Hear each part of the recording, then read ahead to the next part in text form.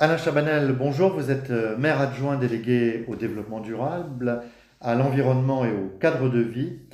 Est-ce que la ville a pu maintenir un niveau de propreté malgré le contexte particulier de cette crise sanitaire? Oui, grâce à nos prestataires, nous avons pu maintenir un niveau de qualité acceptable au cours de cette période de confinement. D'abord, les prestations de balayage mécanique qui ont continué par l'entreprise et également l'action des agents de la régie de quartier qui a persisté. Et nous avions également un personnel communal de permanence qui se relayait tous les jours, et notamment un véhicule de ramassage pour continuer à ramasser les encombrants sur la ville, car malheureusement, même pendant cette période, il y en a eu encore. Et je voudrais à cette occasion remercier à la fois les prestataires et le personnel communal qui a assuré ces prestations. Aujourd'hui, la reprise de personnel est faite. Elle est effective depuis 10 jours et nous avons entamé une nouvelle prestation avec notre prestataire de balayage, c'est le lavage d'une partie des trottoirs de la ville. En complément, la ville va se doter d'une laveuse, celle-ci sera là bientôt.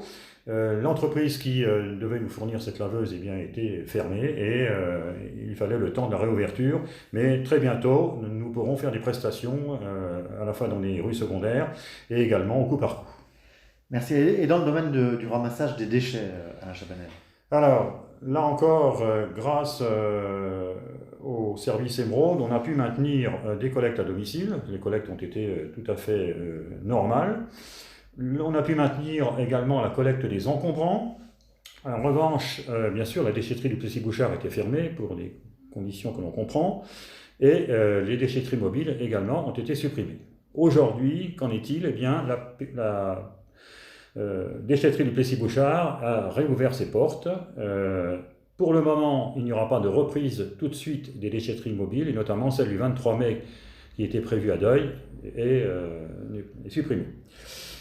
Enfin, grâce à la régie de quartier, la reprise du désherbage des rues va se poursuivre et s'amplifier maintenant, de façon à avoir une ville propre sur cet aspect-là dès maintenant. Alors, beaucoup se sont réjouis pendant cette période de confinement de la qualité du fleurissement Oui, effectivement. et des espaces verts. On a eu beaucoup de messages en mairie à ce sujet. Alors effectivement, il y a eu un fleurissement d'hiver et d'avant-printemps qui a été remarqué, je crois.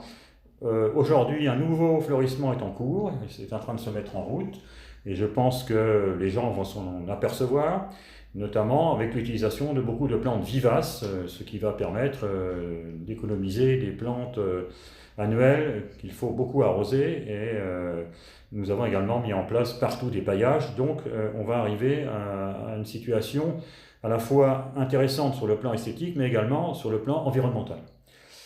Et puis, il va y avoir un retour progressif à la normale pour les tontes, pour l'entretien des espaces fleuris.